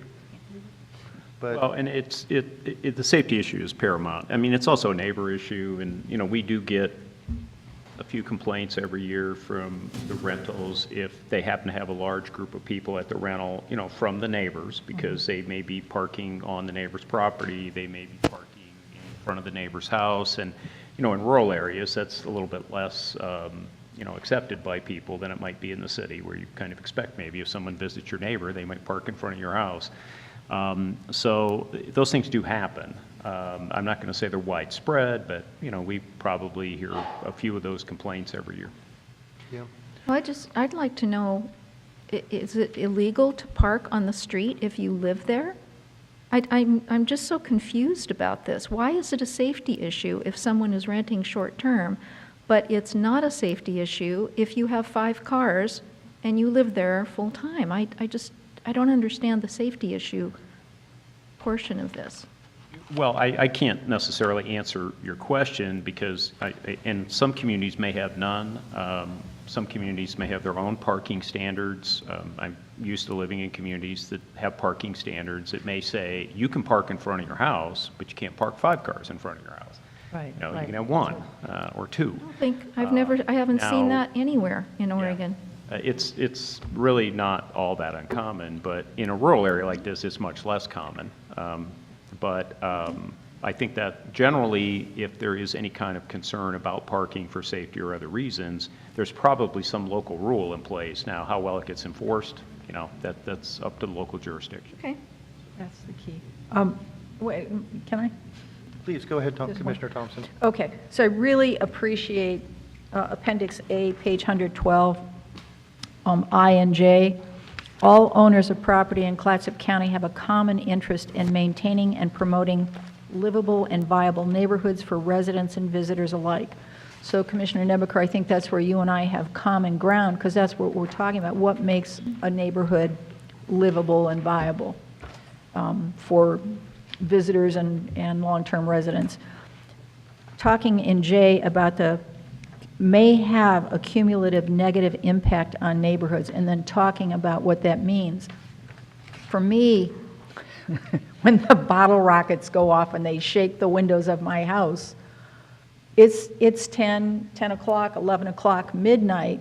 What I want to see is that the county has something on the website where, yes, I can call the sheriff and on the non-emergency line, they have trained me, to report this. But, you know, if it's New Year's Eve, it's 4th of July, they've got all kinds of places to worry about. But I want the county to have a website so we can date and time stamp, because otherwise, how's the county going to prove that this actually happened? And if we had, I agree with council, it doesn't need to be in this policy or the document, but I want neighbors to have that protection, because then we and the homeowners and the visitors can come, and we all know what the rules are. Because right now, there are some people who come here because they think there are no rules and they can do whatever they want to, and they want to behave badly. It's only a few of them, but they make life kind of miserable sometimes. So if we have ways to negotiate these things so that we can cooperate flexibly, I'm happy. And I love that this Appendix A is here and part of this document, so thanks for that. Sorry. No, I agree that is a point I was going to bring up, and that I brought up in the work session too, is that I would like to have, and I understand that this is something that's not going to be in the ordinance, but I would like to have on the county website a listing of who are Yes. addresses and contact information for who are doing these short-term rentals, and have they passed the inspection or not. Some kind of check in place. They're dealing with the public, let the public know who they're dealing with, and I think that's a fair thing. And that's on Exhibit A, on C, absentee, the city limits. Are there going to be room taxes paid on these? Is that what that means? Pardon me? Approximately 152 of the 1,681 improvements owned by absentee owners in Clatsop County outside city limits pay transient room taxes as vacational rentals. Yeah, so there's 100, as of May 2016, there were 152 registered These are people already vacation rentals, people who are paying transient room tax as vacation rentals outside the city limits in Clatsop County. So I don't see the taxes, this is a safety ordinance. Is the taxes they pay, how is that? The reason, Exhibit A is your findings showing why you think there's a concern. And the concern is that we know, because of the records, we know there's at least 152 rentals in unincorporated Clatsop County as of May of 2016 that had come forward and said they were rentals. So we know that there's, is there a body of rentals that we need to worry about? Is there anyone out there renting? This is the fact establishing the fact that, yeah, we know there's at least 152 of them. We used to call it keeping honest people And it's honest. just, the fact that they pay transient room taxes is just reciting the fact that we know that they happen to be vacation rentals because they're paying transient room taxes. So what triggers them paying that? If they're renting out a room to I somebody. mean, is that something that we have to be concerned with? No, in you've this already ordinance? passed the ordinance on that years that's ago. what I'm asking. Okay. That's, Okay. we've always collected a tax, but that hasn't dealt with the health and safety of the units that are getting rented. Okay, that was my understanding from. But just, I think, also, hopefully to your point, we're thinking, we got about 152 of these that register with us and pay the tax. We know there are probably a lot more than that. Yeah. We're thinking that with this ordinance, if they have to come in and get this license, we may learn about other short-term rentals operating out there that are currently not paying the tax. Mhm. Because they'll have to come in and have this permit in order to operate. I have to tell you, anecdotally, I had a neighbor, the same one who told me about transient occupancy and room tax. He suddenly decided, wait, this is a good idea. I want to do this. I'm going to go live somewhere else. I'm going to rent out my house for 3 years. And I finally ratted him out because there were lots and lots of people there all the time. And he claimed he didn't know about it. Well, whatever. But some people are inherently honest and want to do the right thing. Some people will do the right thing if you give them structure and guidance and encouragement and enforcement, which I think this does. And some people are just going to try and scam. Okay, A couple more points. okay, go ahead. On page 106, talking about the county inspection checklist, I like the way this has been changed a little bit. I appreciate that. But what this is saying is, if someone is going to have a short-term rental, it is their responsibility to come up, get the inspection checklist, and be ready for when our county inspector comes. And if they're not ready, they are charged another fee when we have to come back and re-inspect. Is that correct? All right, so that's made clear to them? Yes. Okay, We don't good. want to waste anybody's time. And then on H on page 107, the short-term rental permit is transferable to new owner so long as the new owner submits a short-term rental permit application and agrees in writing to comply with the requirements of this ordinance. So there's no fee? They just inherit the permit? Is that what that is, or? Yeah, because they've paid, the permit's been paid when they applied. And they would just get it for the time that remained for the original owner. Yeah, it's a 3-year permit, and so if someone paid for the 3-year permit and a year after that sold the property, there's still 2 years left on that permit. So if it, Paid for 3 years. excellent, if there's a 3-year permit, why do we only do inspections every 5 years? It was a 5-year permit. That It was started 5 out with sorry, 3 it and it got started out changed. with to I 3. personally believe Yeah. That that, was an earlier iteration. I believe it One. should be 3 And years. some of the other boards said 5. Like I said, I put in what the most people said. So in this you can do whatever you particular, want. this particular writing of this ordinance is 5 years. And this ordinance writing, it's 5 years. If the board wants something different. I want that's something totally different. up I to the want 3 board. years. I want 3 years as well. Okay, so I need a little clarification on how to move forward here. Do we need to get like a 3 to move forward on this? Well, I guess the answer to that question is, based on the discussion tonight, do you anticipate making further changes? And further changes would require a majority vote. Right. If not, you can go ahead and do the first reading tonight and go through with the second reading at our next meeting.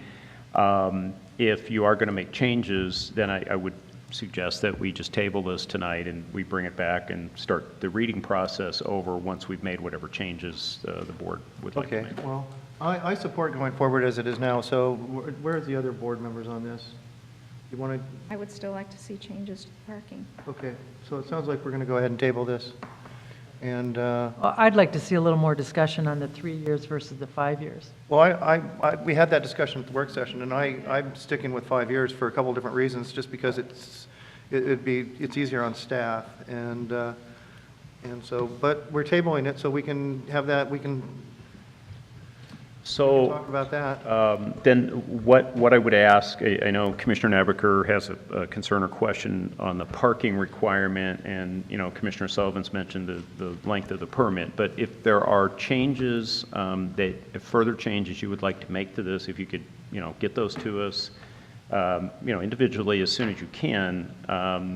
But again, we'll kind of need to know at some point, are these changes that are supported by the majority or not? Obviously, the changes supported by the majority make their way into the resolution. Well, I mean, do we want to have a discussion about the parking tonight? I think we've pretty much talked about the parking long enough. No, but I know, but I mean, but. I don't know if I'm supposed to change the ordinance or not. No. I support the ordinance as it stands right now, and that's my position. Well, I would go ahead with what we have here, and I'm ready to go. then if we don't have majority that agrees with me, then So it's not perfect, but it's good enough, and if we're putting something in that's better than what we have, which I think this is, then we can continue to discuss it and see how things play out. I mean, I'm willing to go forward on that basis. Well, and you as a Board of Commissioners have the ability and the sole authority to change this ordinance in the future. So if we find that there are things in here that are not working the way we intended, or they're a burden, a hardship, you can come back and amend this ordinance. well, what I have seen I just wish I knew. I wish I had an idea about existing buildings and what their parking situations are, because what I've seen in Gearhart is, okay, so we passed a very restrictive ordinance, and people thought, well, we can, pull back on it. Nobody's wanting to pull back on it. It's a lot easier to make it less restrictive in the beginning, and if there's problems that arise, to make it tighter going forward than to do the reverse.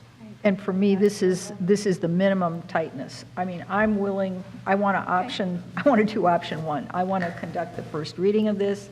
I want to open the public hearing. I want to take testimony. I want to continue the hearing to a date certain. I want to see this move forward and have us stay alert and consider this, because I really respect that you have considerations about it. I have a different point of view, but I think we should continue to put something into place and see what happens and just monitor it. That's what I think is the better way to go forward. Yeah, I agree. And I don't have a problem at this point with the way that's written with the parking, but I do have a problem with, like I said, the 5 years, because if you have a house that has a lot of people coming and going, who's checking on those safety features? So, but the way it looks right now is we've got 3 commissioners who want it to go forward as is, with the 5 years and with the parking. So I guess what I want to do is to tease out a little bit who on this board is okay with the parking, and who on this board is okay with the 5 year. I'm okay with that. yeah. Are you okay with the parking in the 5 years? So why don't we do it one at a time, please? 5 years, I'm not okay with the parking, but I think I'm only one or two.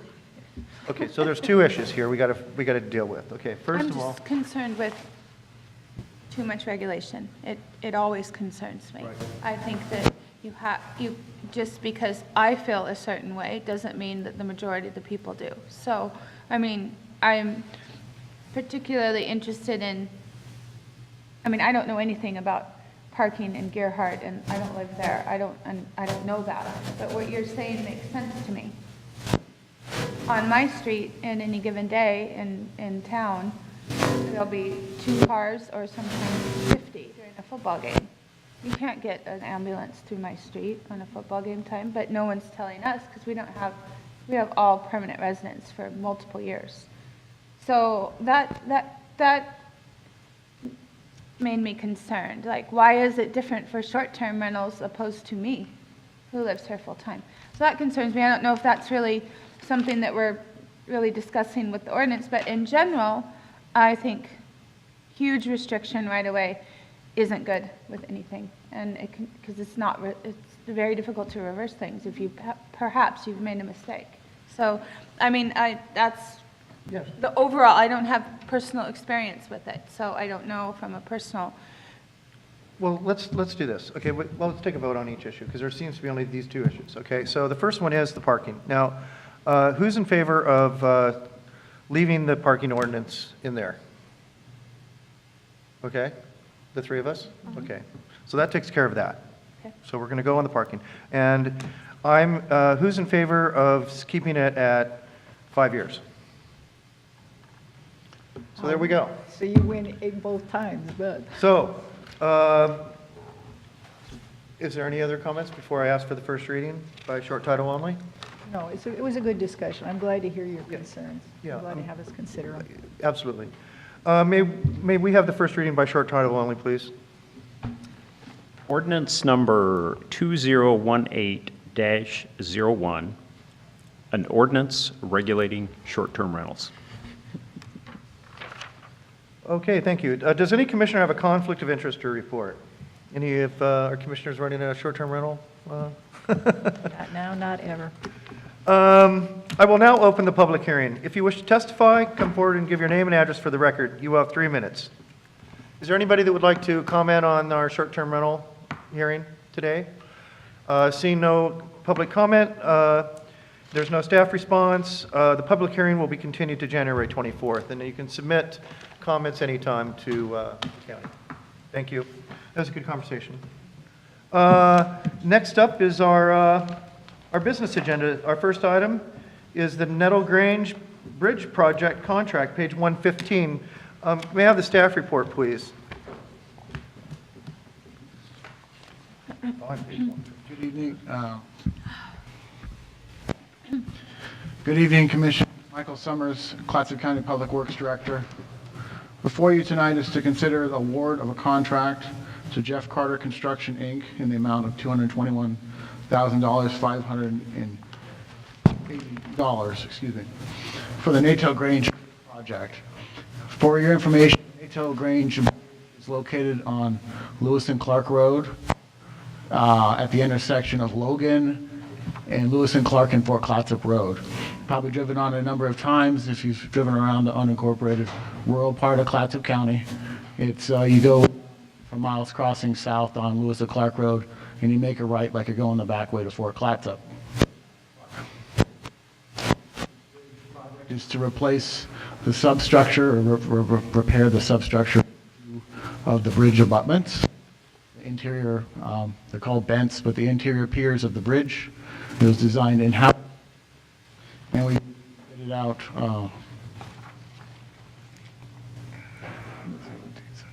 We bid it out several weeks ago.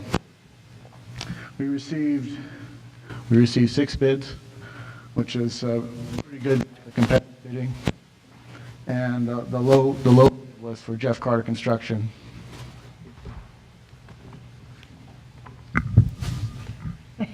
Okay, thank you. I have to look at my paper. The low bid was for Jeff Carter Construction, the amount of $221,580.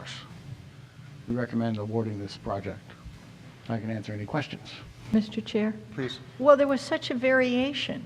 Yeah. I mean, how did you account for that between the low bid of $221,000 all the way up to $824,000 and points in between? What's up with that, do you know? There are several factors that kind of we thought about in our department about why there's such a variation with the bids. Granite Construction Company, the very high bidder, is a very large company, and I think a lot of times they may not have they may have a good plan on how they plan to actually do the project, and sometimes they may not. Could be a factor of, in that particular case, the mobilization was extremely high. The mobilization is part of the project to move all the equipment in to the site to do the project. And we anticipated they have a very large crane that they were going to do, which accounts for a different methodology to do the repair. So there is a big discrepancy, or a variant between, not discrepancy, a variant between the bids from the low to the high. And it's also a function of the economic forces going on with the construction industry right now with bridge construction. I think Clatsop County is there's a big push for more projects next summer and the following summer. And so I think the contractors are looking for more, they're reaching farther out from their normal areas where they traditionally do work and trying to find different projects, and so some of them are more competitive than others. So my concern is that there is no compromise in the safety of the resulting repairs. And that's where my trust in you comes in, that you've written the specifications such that no matter what's the acceptable bid, that the adequate level of safety will be maintained. Am I justified in trusting you that way? Yes. Thank you. Shirley, I'd like to make a motion. I move to award the contract for the Natal Grange Bridge project to Jeff Carter Construction, Inc., and authorize county manager to sign the contract and any amendments. Second. We have a motion and a second to award the contract to the Nettle Grange Bridge project to Jeff Carter Construction and authorize the county manager to sign the contract and any amendments. Is there any further deliberations or comments or questions to staff? Seeing none, all those in favor? Aye. Opposed? Motion carries unanimously. Thank you for that report. Chair Lee, is there a problem with heating in this building at this time? Is it getting cold again? It's getting cold to me. It starts out too hot and then it turns too cold. Yeah. Those are the two choices in this building. It's either hot or cold in here. It's been like Second that and fourth for as Wednesday, long as we I've have been meetings around. till 9. We'll have the building maintenance folks take. Thank you, Teresa. Okay, our next is appointments to the Arts Council of Clatsop County, page 125.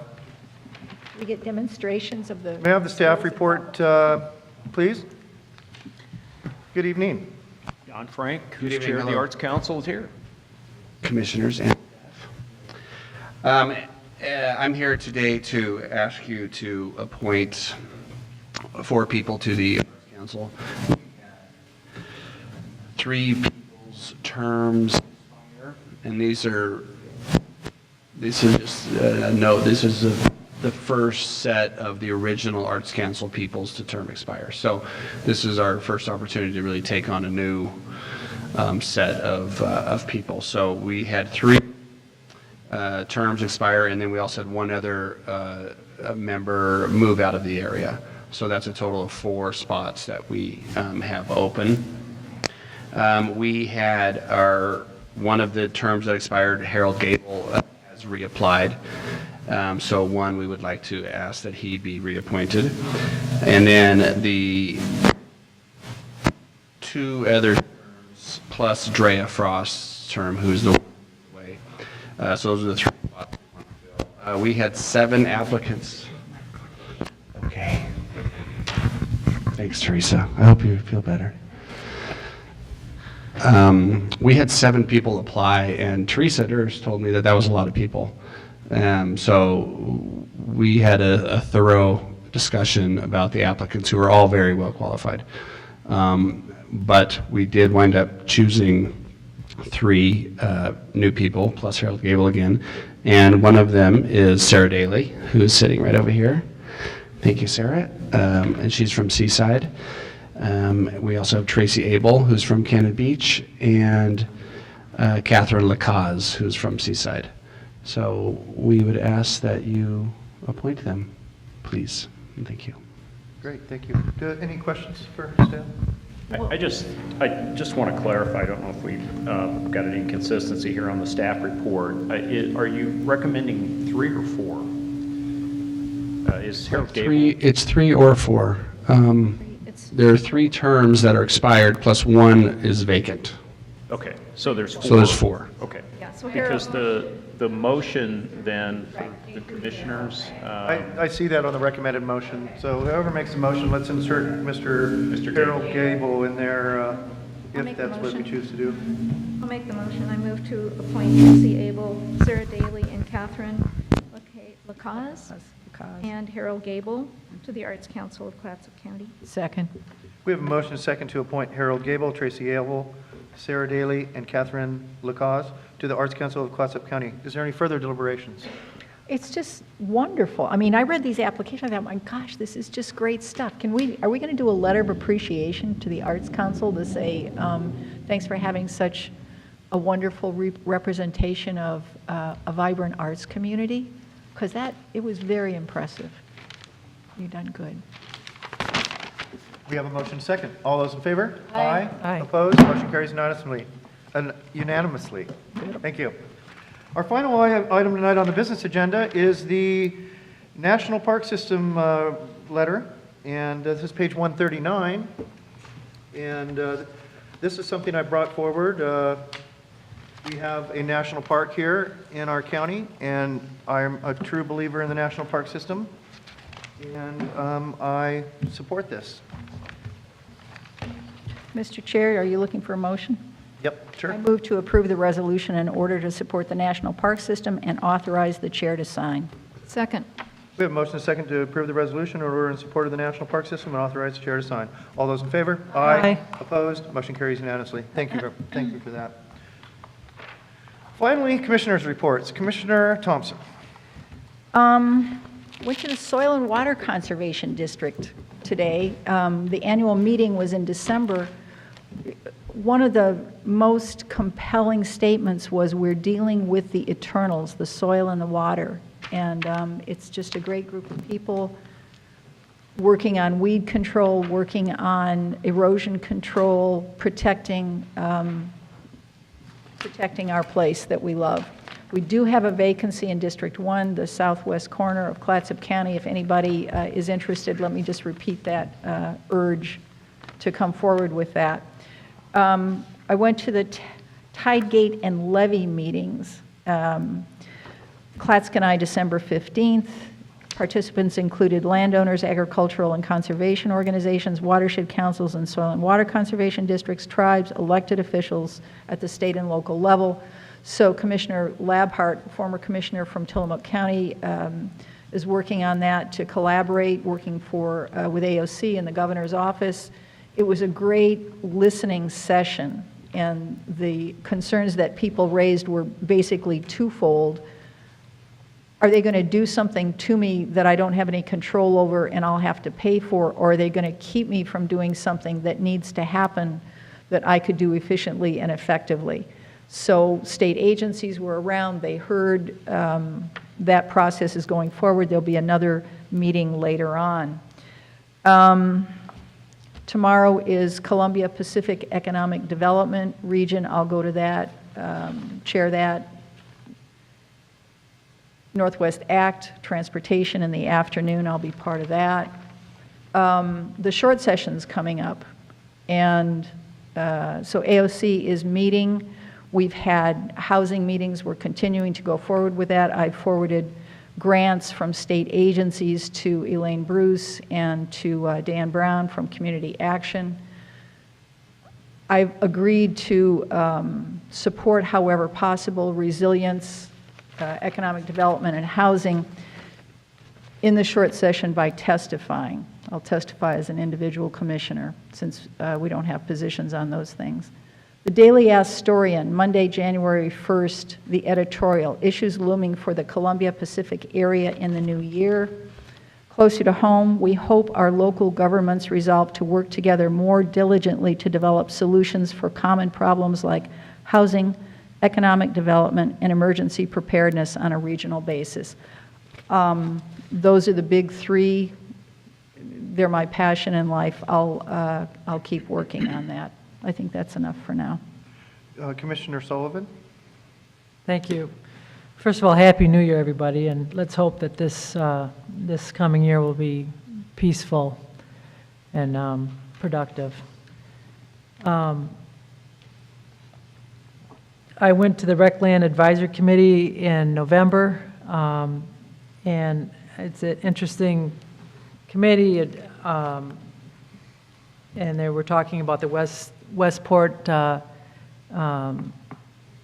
Park and Ferry, and there is going to be a public meeting down in my district, I believe on the 16th. Unfortunately, I'm unable to attend that.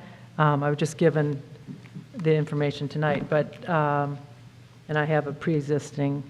I've been asked by the AAUW to speak on that night, so I can't do both. But I am glad to see that that's going forward.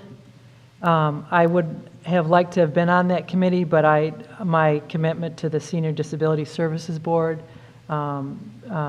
meets at the exact same time, And so I'm going to continue on with the senior disability services. One thing that concerns me about the senior disability services is a concern that I have about the budget, in that we don't know what's going to happen on the federal level, on the state level.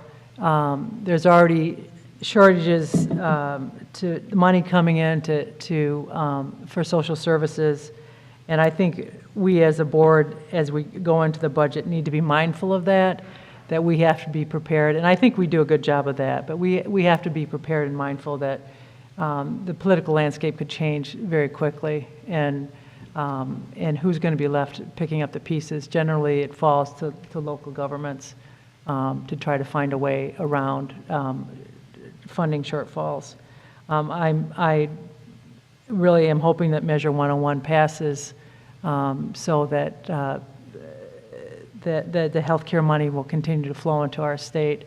And so, and under the housing issue, the Uniontown building, when Alan Evans came and spoke to the safety meeting, I talked to Todd and the executive director over there, and I would like us as a board to do all we can to help maybe further that negotiation along about what we can do to help them with that. And I know there's many moving parts, but I would like us to keep an eye on it and see what we can do to help. I'll give a report on that too. Great, that'd be great. This month. And I know with the budget coming up, and maybe County Manager Moore can talk to it about what exactly it is that we will be discussing on the next weeks. I know we have the thick booklets, because personally I think that I would like to have more information about the 4% of the annual salary bonus or incentive pay that was approved in the last budget for department heads. I would like to see some statistics on that, and because I'm not in favor of that going forward. And also, I think there needs to be more discussion about the that part that we brought up the last time about the Arch Cape legal fees. I think that needs to be discussed further too. And then back to what I spent a lot of time doing, which is being the forest rep. I attended the Board of Forestry meeting in Salem on January 3rd. It was an all-day meeting, and it was hard to get a seat. There were so many people in the room because we are discussing how do we go forward with the forest management plan. It was also a curious thing because the FTLAC, advisory board to the Board of Forestry, did not present testimony. A few days before, a day or two actually before it, or I don't know what the timeline is, but it was shortly before the board. The FTLAC decided not to submit testimony to the Board of Forestry because their attorneys felt it would possibly conflict with their case for the Lynn County lawsuit. And as the Clatsop County being the only county that opted out of the Lynn County lawsuit, our voice was silenced because of that. And I was concerned about it, and so I spoke for Clatsop County again at the Board of Forestry, where I said that I was concerned that the FTLAC testimony was not given, but that as a county we still continue supporting the exploration of the HCP, and that we continue to support a balanced forest management plan. It was just 2 or 3 sentences, and it was fine, and the board members thanked me for being there. I've been getting feedback from people involved that they're very encouraged that Clatsop is attending the Board of Forestry meetings, and I would like to continue doing that throughout this year. I don't know if we know what's going to happen. We don't know what's going to happen with the Lynn County lawsuit. We do know that it has cost the state up to this point, not counting staff time, over $1 million. And as we go forward with it seems like a longer fire season, I just find the whole Lynn County lawsuit very unfortunate. And I imagine it's going to continue to be unfortunate. But all we can do is do our best and go forward, and I will continue to bring reports back as we learn about these things. So I talked to Dan Goody today, and he is wanting to go on another tour in the forest, which I'm more than happy to do, and he said he's open. Anyone else who'd like to go see our fine, beautiful, productive forests that we have here in Clatsop County, probably some of the best in the world, feel free. I see our esteemed daily historian reporter. You're more than welcome to come with us if you'd like. And so I just want to put that out there. So it's something that we're proud of. Thank you. Yeah, and thank you for working so hard at the forestry. It's very important. Commissioner Nipker. Yes, thank you. So I attended the Public Safety Coordinating Council meeting, and as a follow-up to Alan Evans and Helping Hands presentation last month, we discussed homelessness, and I got some statistics. Across the nation, there's approximately 150,000 housing units that are needed to house the homeless. That's across the nation. Clatsop County's homelessness has dramatically increased and is much higher than the state average. We have more than Portland. Lynn County is 180. Lincoln is 186. These are numbers of homeless persons. Tillamook has 231. Columbia County has 158. Clackamas County, with a population of 380,000, has 497. Clatsop County, with a population of about 38,000, we have 680. Why? Well, we count it's- better. Yeah, no, I don't think that's it. It's complicated. Yeah. And poverty is complicated. Non-living wages, substance abuses, mental health issues, people being drawn to this area, coming here. Public Safety Coordinating Council is looking at what segment of the homeless population can be helped through this council. So this is going to be an ongoing discussion. I would imagine it would have something to do with law enforcement. That would be logical. Josh Markey suggested that the county buy in with money in order to pay for people to do outreach, but I think somebody might be doing that. Does CBH do this? Outreach with homeless, do you know? I don't. Homeless Connect thing, the Homeless Connect program. I don't know anything about that. Remember down at Seaside every year they have the Homeless Connect operation? Oh, Homeless that, oh, Connect? yes, yes, yes. Yeah. Okay, well, I think this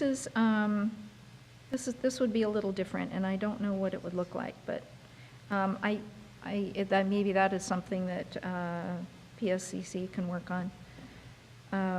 Reaching out to people to prevent, perhaps, and also to help those who already are. March 16th at the Boynton Building is an all-day workshop focusing on people with mental illness and co-occurring disorders who are involved with the criminal justice system. I'm assuming there's going to be a lot of information for that.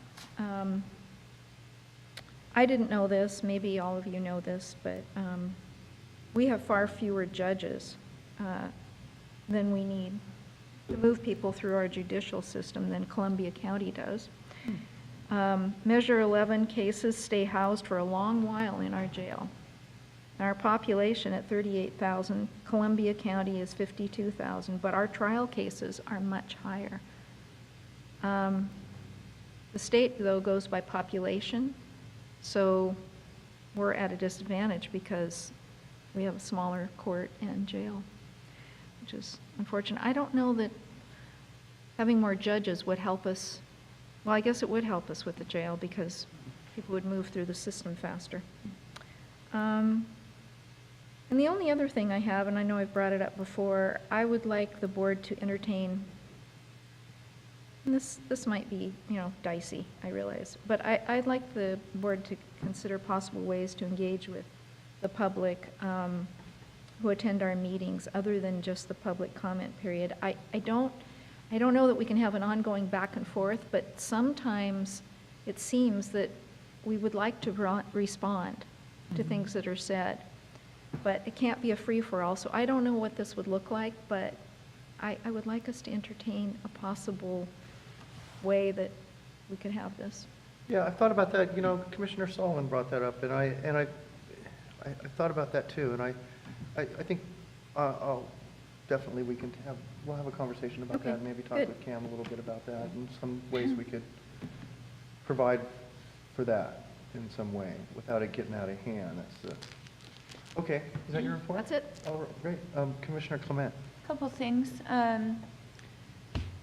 The Dungeness crab season was set to open anytime, tentatively January 12th with setting gear and January 15th start date. But the shell to meat ratio is good. Domoic acid levels are fine. And the quality of the crab is good, seems to be a lot. But they're wanting to give the fishermen only $2 a pound. You're kidding. So they are meeting every day at 2 for the last 5 days to negotiate, and it's not moving anywhere. And it's just, it's too little. So the fishermen won't go. Can I ask you a question? Yes. about that?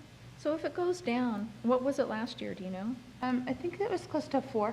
Oh, so if it goes down to 2, does that mean the consumer pays less? No, I will pay $30 a pound still.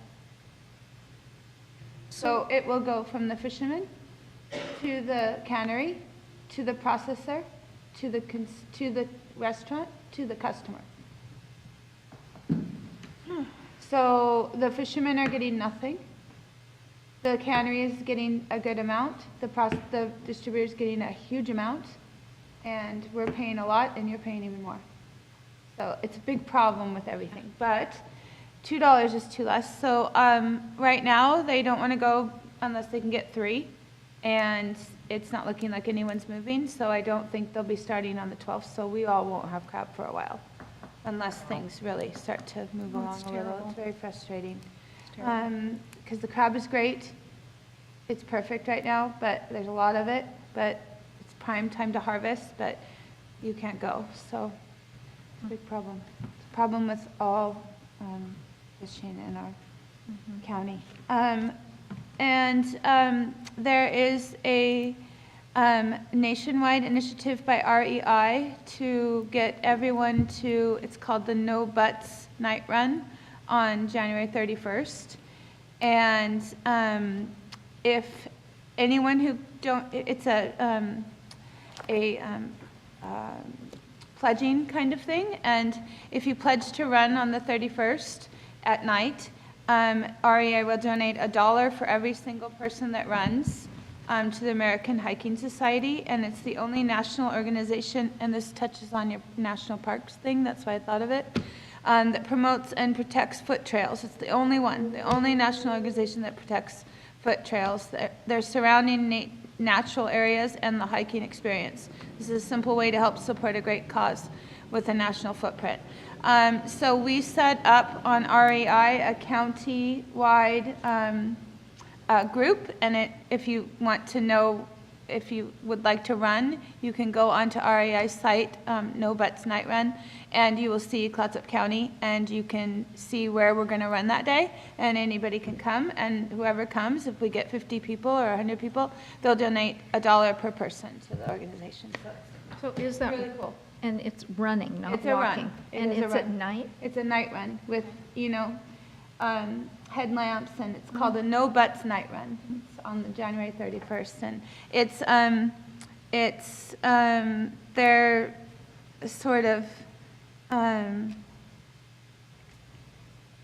way to get people motivated, sort of in the really dark dreary days of winter. It says one amazing night, one great cause, no excuses. So it's just tough right now because it's dark and, you know, we run in group right now, so it's much easier to get motivated.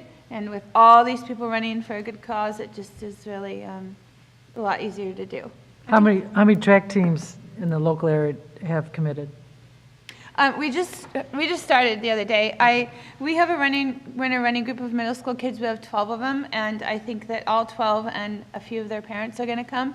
And then hopefully the high school track team, the high school cross country team, and then just, you know, there's a lot of runners in the area, so people show up for these, like the Turkey Trot and the New Year's Eve run, and there's a lot of runners in our area. So we're hoping that everybody comes, and we'll see how much we can get pledged and donated. So Can you participate if you don't run? I think it's a run. This is a run. This particular one. That would be the anti-question, right? Is an actual run. So I mean, you can run slow, but I think I would be doing. I think you still have to run. Plus, it's nighttime, so we don't want to like lose you in the back of the pack. So. Well, I wish you a lot of luck with that, Lisa. I'm sure that there are amazing, including going on forestry tours. I feel like I'm on a forestry tour every day. But, I mean, there are a lot of hikes in this area that you can walk and not have to run. Well, REI has a campaign about, you know, hiking too right now. Yes. No butts, like, Yep. I don't want to get my boots dirty or whatever. Yeah, this is kind of a play on that, for sure. So, Okay, great. Great, so, thanks. I attended the NOAA meeting, Northwest Oregon Housing Authority. Interesting things are going on there. We've got a crisis on the horizon with a cut in HUD funding that could be coming up, and we've already got, 800 unfilled vouchers, and this could put us, it could make a financial situation for NOAA could be serious, and a loss of service, and people could lose their vouchers that they already have. So we talked about Clatsop County was given the Uniontown House, and there was no restrictions on that, so we can do whatever we want with it. cool. I would love to see that building renovated and turned into a, housing I completely support Alan's plan also, Alan Evans's plan. It's the same situation we've run up against before, because what you have to do is if you turn these old buildings, you have to build them up to these ridiculous, well, not ridiculous, but a very, very expensive standards. It's way beyond anything a private organization would have to do. To be HUD, to HUD to allow the funding, and to renovate that Uniontown could be over $10 million or it's just a huge amount of money, not 10 million. To government standards. To government standards. So there's no parking there. There's a bunch of other issues with the building, and NOAA, and basically the Clatsop County Housing Authority still basically owns it. The merger, that's one of the last pieces of the merger. And so the input to this board is very valuable. But we've considered we could sell that Uniontown. It's a very valuable piece of property with the views and stuff, and some private people could fix it up. And then we could use that money to build a purpose-built, newer construction up to standards, and in a different location, maybe like, and use it for housing or for Alan's type project. So that's an option.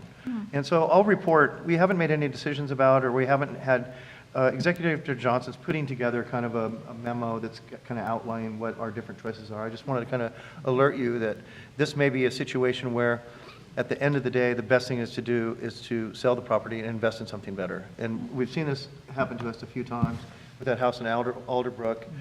Bringing these old buildings up to modern standards with sprinkler systems and they have to have a roof that has to last 3 times longer. And so that may be a choice that I think I'm starting to lean towards possible selling that property.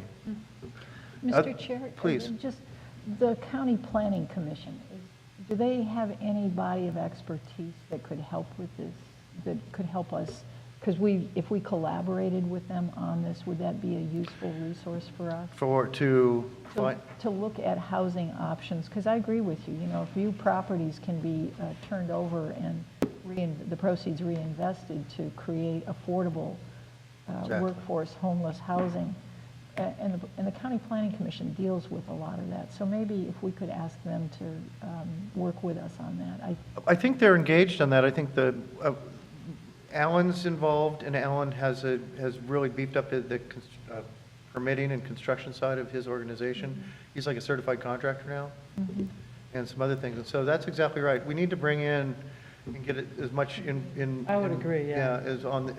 As possible on this. And so the conversation is just beginning. I mean, the building has people living in it right now, but it's coming to the point where we need to decide, and that's going to be something we'll need to talk about over the next few months. And I'll get more information. Todd's putting together the memo, and so we have to be creative when we're working with these older properties. And I think the way everything's put together, it seems like, selling them, taking the money and investing it in something that's more works for our goal. So that's all I have. May I Sure. say one more public, Lisa? This Sunday, the 14th, at, I believe, 2 o'clock, they're going to show the movie Selma. It's the Astoria International Film Festival winter production, and then I think there's going to be some talking or maybe some a walk afterwards in honor of Martin Luther King Jr.'s birthday. So I know I'm going to try to go to that. Great. So, thank you. County Manager Moore. Actually, just one item, but just to give you a heads up, it looks like probably February, possibly March, we may start contract negotiations with AFSCME. Just to put that in perspective, we actually have 5 different unions that work with different parts of the county. AFSCME certainly represents the largest number of county employees, so that's obviously a really important negotiation and really important to get that contract in place. Current contract runs through the end of this fiscal year and runs through June 30th. So hopefully we'll be able to start and conclude in time to have a new contract in place when that one expires. So how is that in relationship to us needing a new human resource director? They're kind of unrelated, I guess. So The HR person doesn't have anything to do with the contract negotiations? They do, but they have much broader responsibilities. So I would say that the union part of the contract part of that is, minority of an HR director's time. How are we doing on the HR director's position? We haven't started the search yet. Hopefully this week or next week, we'll get the position posted. Great. Anything else for the good of order? Meeting's adjourned. Thank you, everybody. Have a great evening. Thanks and best wishes to Robin.